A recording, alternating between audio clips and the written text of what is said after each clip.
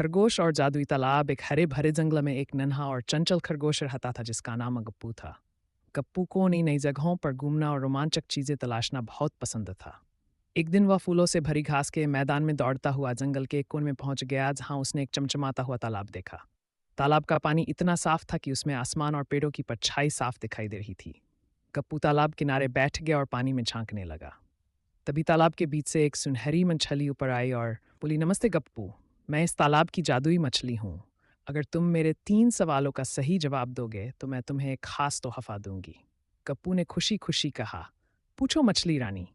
पहला सवाल था, जंगल का सबसे तेज जानवर कौन है? गप्पू ने बिना सोचे जवाब दिया, चीता। मछली ने सिर हिलाकर कहा, बिल्कुल सही। दूसरा सवाल था, आम किस मौसम में आते हैं? गप्पू ने मुस्कुराते हुए कहा, गर्मियों में। दूसरा सवाल था, आम किस मौसम में आते हैं? गप्पू ने मुस्कुराते हुए कहा, गर्मियों में। मछली ने फिर सिर हिलाया, बिल्कुल सही। अब तीसरा और आखिरी सवाल था, दोस्ती का सबसे बड़ा गुण क्या है? गप्पू थोड़ी देर सोचकर बोला, ईमानदारी और एक दूसरे की मदद करना। मछली ने खुश होकर कहा, तुमने सारे सवालों का सही जवाब दिया है। ये लो, ये जादुई फूल। जब भी तुम उदास हो, इसे सूंघना और ये तुम्हारा मन खुश कर देगा। गप्पू ने खुशी खुशी जादुई फूल लिया और मछली का धन्यवाद किया। उस दिन के बाद जब भी गप्पू उदास होता, वह जादुई फूल को सूंघता और उसके चेहरे पर मुस्कान लौट आती।